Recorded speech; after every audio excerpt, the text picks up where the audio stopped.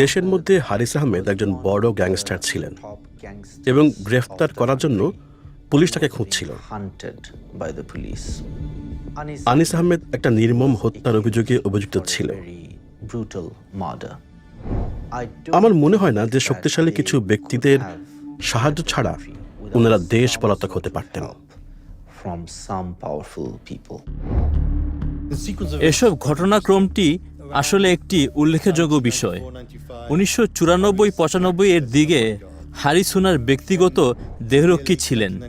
ঠিক তার এক বছর পরে 1996-এ এক ব্যক্তি হত্যা হন, যিনি সম্ভবত শেখ হাসিনার রাজনৈতিক প্রতিদ্বন্দ্বী ছিলেন, এবং হারিস সহ তার 3 ভাই এই হত্যার অভিযোগে অপরাধী হন। হয়তো তিনি মনে করেন তিনি এই সব বিষয়ে যত কম জানবেন ততই ভালো।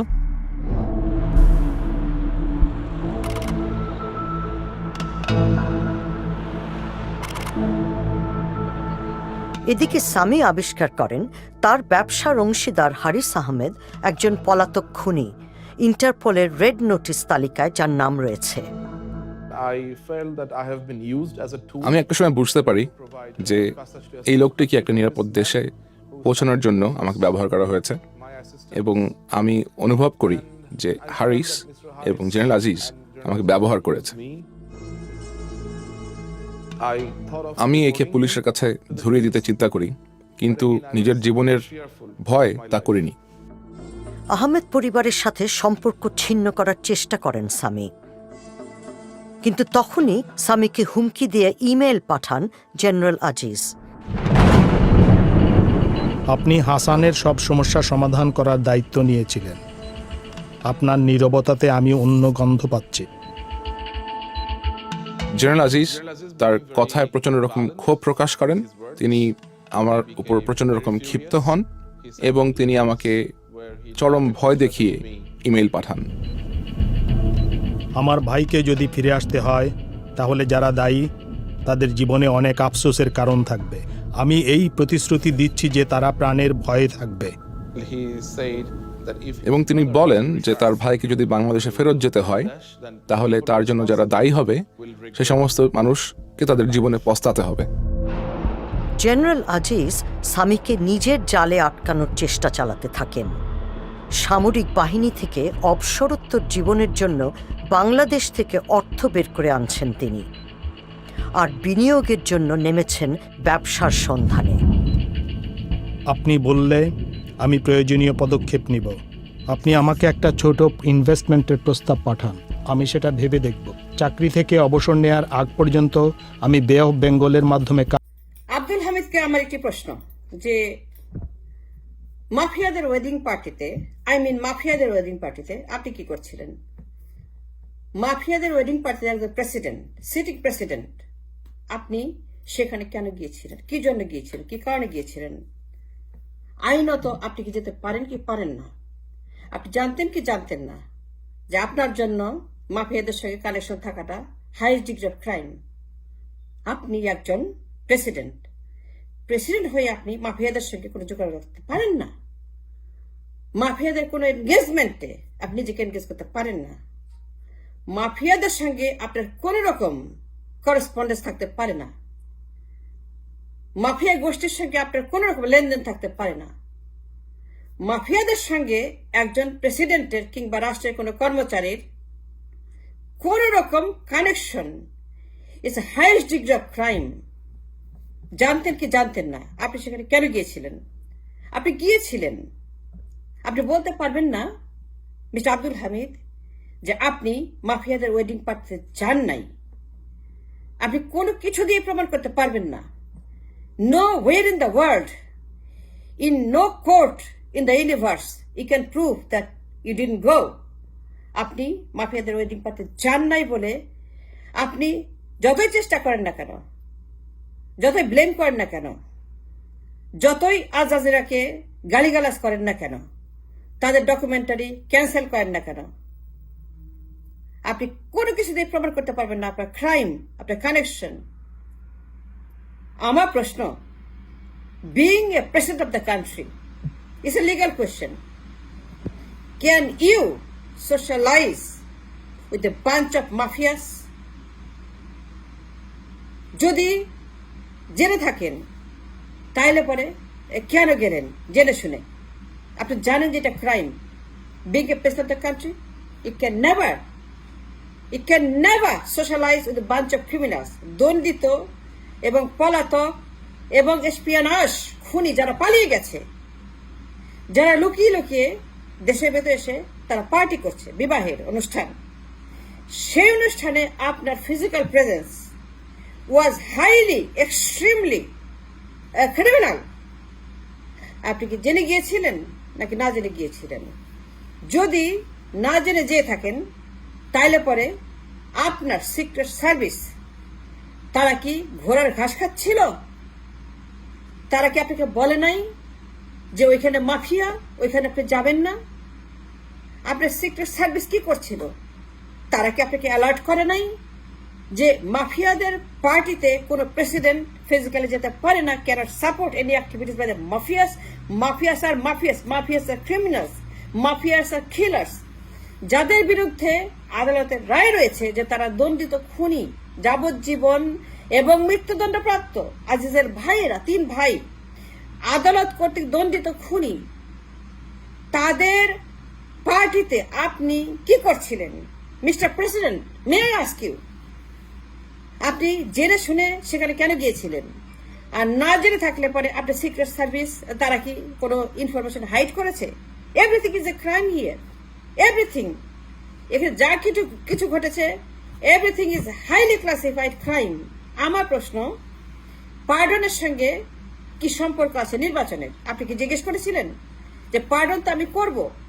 যাদের পার্টিতে গিয়েছিলেন ওদেরকে তো পার্ডন করেছেন, তাই না মিস্টার প্রেসিডেন্ট?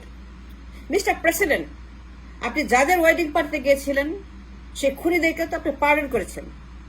তো ওদেরকে পার্ডন করার আগে আপনি কি প্রশ্ন করেছিলেন যে পার্ডনের কাগজে আমি কেন সই করব? এর কারণ কি, এর উদ্দেশ্য কি? আমাকে কেন সই করতে বলতেছেন? আমি সই করলে পরে এটার সঙ্গে অন্য কোনো কানেকশন আছে কিনা, অন্য কোনো ইল মোটিভ আছে কিনা, অন্য কোনো ক্রিমিনাল অ্যাক্টিভিটিস আছে কিনা, এর সঙ্গে কোনো রকম ক্রাইম জড়িত কিনা? আপনি জিজ্ঞেস করেছিলেন পার্ডনের সঙ্গে কোনো নির্বাচন হোয়াট এভার এনিথিং? হাসিনাকে জিজ্ঞেস করেছিলেন যে আমি যদি পার্ডন করে দেই তাইলে পরে এটার বেনিফিশিয়ারি কে হবে? আমি পার্ডন করলে পরে এদেরকে দিয়ে আপনি কি করবেন? আমি তো পার্ডন করে দেই তাইলে পরে পার্ডন করার মধ্যে দিয়ে অ্যাচিভমেন্টটা কি হবে? এদেরকে পার্ডন করলে পরে নির্বাচনে সই করার সম্পর্ক আছে কিনা আপনি জিজ্ঞেস করেছিলেন হাসিনাকে যে আমি কেন পার্ডনের কাগজে সই করব? It was your duty as a president of the country to ask the right question, the legal question, the question that is dictated in the constitution for you to ask. যে আমি ওয়েডিং পার্টিতে কেন যাব? ওরা তো mafia, আমাকে কেন সেখানে যেতে হবে? আমি তো প্রেসিডেন্ট হয়ে একটা মাফিয়াদের পার্টি যেতে পারি না। এবং তাদেরকে ক্ষমা করতে হবে। আপনি পার্টিতেও গেলেন, আবার ক্ষমাও করে দিলেন। যে খুনিদের পার্টিতে গেলেন সেখানে তাদের সঙ্গে যে আপনি ফিজিক্যালি এনজয় করলেন, আপনি সেটা করতে পারেন না। আবার কি করলেন? তাদেরকে ক্ষমা করে দিলেন। এখন ক্ষমার পত্র সই করার আগে আপনি কি হাসিনাকে জিজ্ঞেস করেছিলেন যে আমি পার্টির কাগজ কেন সই করছি? এখানে মোটিভটা কি, উদ্দেশ্য কি? আমি যদি ক্ষমা করে দেই তাহলে তারা কি নির্বাচনের সঙ্গে উইল বি ইনভলভড, কানেক্টেড? আমি তো পার্ডন করে দেই, নির্বাচনের কোনো ক্ষতি হবে তাইলে পরে?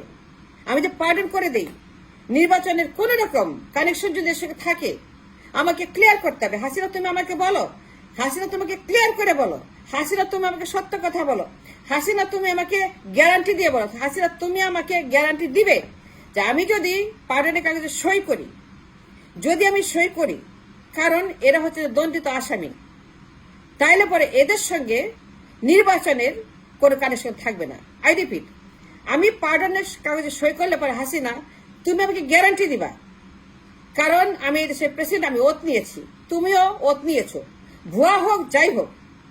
কিন্তু আমি যদি কাগজে সই করি তাইলে পরে এটার সঙ্গে যে 28 সনের নির্বাচনের কোনো কানেকশন নাই, কোনো কানেকশন নাই। তুমি আমাকে গ্যারান্টি দিবা, তুমি আমাকে লিখিত দিবা যে তুমি এটাকে ইউজ করবে না ফর এ পারপাস। তুমি আবারও গণভবনে যাওয়ার জন্য কোন রকম ডাকাতি করবা, ভোট ডাকাতি, যেটা তুমি করে আসছো। আমি president, I am in charge of the country, mister Abdul Hamid. আপনি কি জিজ্ঞেস করেছেন হাসিনাকে যে পার্ডন আমি করব, কিন্তু তুমি একজন সন্ত্রাসীকে আর্মি চিফ বানাতে পারবে না? একজন সন্ত্রাসী কোনোদিনও আর্মি চিফ হতে পারবে না। একজন সন্ত্রাসী ব্যাকগ্রাউন্ডের লোক জেনারেল আজিজ, একজন 360 ডিগ্রি সন্ত্রাসী, একজন ক্রিমিনাল, একজন মার্ডারের ফ্যামিলির লোক, যাদের পেশাই হচ্ছে যে অর্গানাইজ ক্রাইম, যারা পেশাদারি organise criminal. Constitution doesn't allow somebody to be the army chief. Under no circumstances Constitution give anybody any permission, any authority to make somebody with such a highly criminal background to become the army chief. Somebody to be the army chief has to be the cleanest man found in Bangladesh, has to be an army chief. And an army chief has to be clean like water. An army chief has to be clean like after holy book.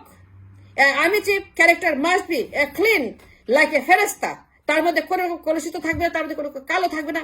That person cannot hold anything black in his character, in his তার জীবনীতে, তার ব্যাকগ্রাউন্ডে, তার যে জীবনী বৃত্তান্ত, সেখানে কোনো রকম কালো দাগ থাকবে না। কিন্তু আজিজ হচ্ছে যে just dark. Aziz was the darkest man in the Bangladesh to become the army chief. আজিজের যে হিস্ট্রি, আজিজের background, everything was dark like a darkest moon. তাকে তুমি বানাবা আর্মি চিফ, আমাকে গ্যারান্টি দিতে হবে যে আমি পার্ডন করব, কিন্তু এটার সঙ্গে আজিজের কোনো সম্পর্ক নাই, নির্বাচনের সম্পর্ক নাই, তাকে আর্মি চিফ বানাবা কোনো সম্পর্ক নাই। মিস্টার আব্দুল হামিদ, কোনটা সত্য কোনটা মিথ্যা? In the court of law আপনি যে মাফিয়াদের ওয়েডিং পার্টিতে গেছেন, ইট ইজ এক্সট্রিমলি ক্রিমিনাল। তাদের ভাইদেরকে ক্ষমা করে দিয়েছেন, নোয়িং ফুলি ওয়েল যে তারা নির্বাচনটাকে গর্ভপাত করবে। A highly classified criminal act. আপনি যে আজিজকে, যে কিনা একটা ভয়ঙ্কর রকমের মাফিয়া ইন্ডাস্ট্রি চালায়, অর্গানাইজ ক্রিমিনাল ইন্ডাস্ট্রির মালিক, যার পুরো পরিবার হচ্ছে যে মাফিয়া, তাকে আর্মি চিফ বানানোর আগে আপনি হাসিনাকে জিজ্ঞেস করেন নাই যে নির্বাচনের কি কানেকশন, এখানে মোটিভটা কি? মোটিভটা হচ্ছে যে টু অ্যাবোর্ট দ্য ইলেকশন বেবি, গর্ভপাত করা। মিস্টার আব্দুল হামিদ, জাতির উদ্দেশ্যে কি কিছু বলবেন?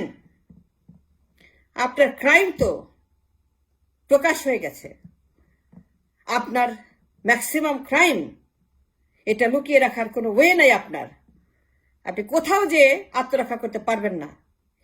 Your world has become extremely limited for the kind and quality of crime you have done by going to that party, mafia party. আপনি একজন প্রেসিডেন্ট। মিস্টার আব্দুল হামিদ, বঙ্গভবন ত্যাগ করতে হবে। বঙ্গভবন কোনো মাফিয়াদের জন্য নয়, কোনো মাফিয়া কানেক্টেড মানুষদের জন্য নয়। যাবজ্জীবন আপনার জন্য টু স্মল। কিসের সংলাপ? Forget it. মাফিয়ার সঙ্গে কোনো সংলাপ হতে পারে না। কোন মাফিয়া নির্বাচন নিয়ে কথা বলতে পারে না। আপনার জায়গা হচ্ছে যে অন্য কোথাও, কারাগারে। যাবজ্জীবন is too small for you. আইন সবার জন্য সমান। আপনাকে গণভবন থেকে, বঙ্গভবন থেকে, আপনাকে বঙ্গভবন থেকে কোমরে রশি লাগে, হাতে হ্যান্ডকাপ পরিয়ে আপনাকে বের করতে হবে। Because you have committed extremely crime that is beyond anybody's belief in the universe. আপনি একজন প্রেসিডেন্ট হয়ে ক্রিমিনালদের পার্টি দিকে, তাদের খামকে নির্বাচন ডাকাতি করার জন্য আপনি সেখানে গেট পাস দিয়েছেন। আপনার জন্য যাবজ্জীবন is too small. যাবজ্জীবন is not enough for you.